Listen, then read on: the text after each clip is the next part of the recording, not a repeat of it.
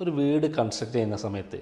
ഏറ്റവും ഇമ്പോർട്ടൻ്റ് ആയിട്ടുള്ള ഒരു ഘടകമാണ് അവിടെ നടക്കുന്ന കോർഡിനേഷൻ എന്നുള്ളത്. കാരണം എത്ര സ്കിൽഡ് ആയിട്ടുള്ള ലേബേഴ്സ് ആണെങ്കിലും എത്ര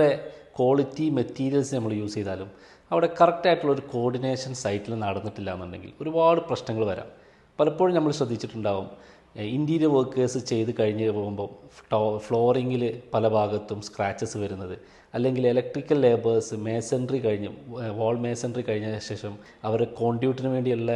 കട്ടിങ് ചെയ്യുന്ന സമയത്ത് എക്സ്റ്റീരിയറിലും ഇൻറ്റീരിയറിലൊക്കെ ഒരേ പൊസിഷനിൽ കട്ട് ചെയ്ത് അത് നമ്മളതൊരു ടോട്ടൽ കൺസ്ട്രക്ഷൻ്റെ അല്ലെങ്കിൽ ടോട്ടൽ ആ വീടിൻ്റെ സ്ട്രെങ്ത്തിനെ തന്നെ ബാധിക്കുന്ന രീതിയിലൊക്കെ ചെയ്യുന്ന ഒരുപാട് ഇഷ്യൂസ് പല സമയത്തും സൈറ്റിൽ പോകുമ്പോൾ കാണാറുണ്ട്. ഇതിൻ്റെയൊക്കെ ഏറ്റവും മേജർ ഒരു പ്രശ്നം എന്ന് പറഞ്ഞാൽ ആ ഒരു ലേബറിൻ്റെ സ്കില്ലിൻ്റെ കുറവോ ഒന്നുമല്ല, ബട്ട് അവിടെ കറക്റ്റായിട്ട് കോർഡിനേറ്റ് ചെയ്യാനുള്ള ഒരാളില്ല, അല്ലെങ്കിൽ അത് കറക്റ്റായിട്ട് ഓരോ പണിക്കാരും ചെയ്ത് അവരുടെ ഭാഗങ്ങൾ ക്ലിയർ ആക്കുന്നതിൻ്റെ കൂടെ തന്നെ ബാക്കിയുള്ള വർക്കിനെ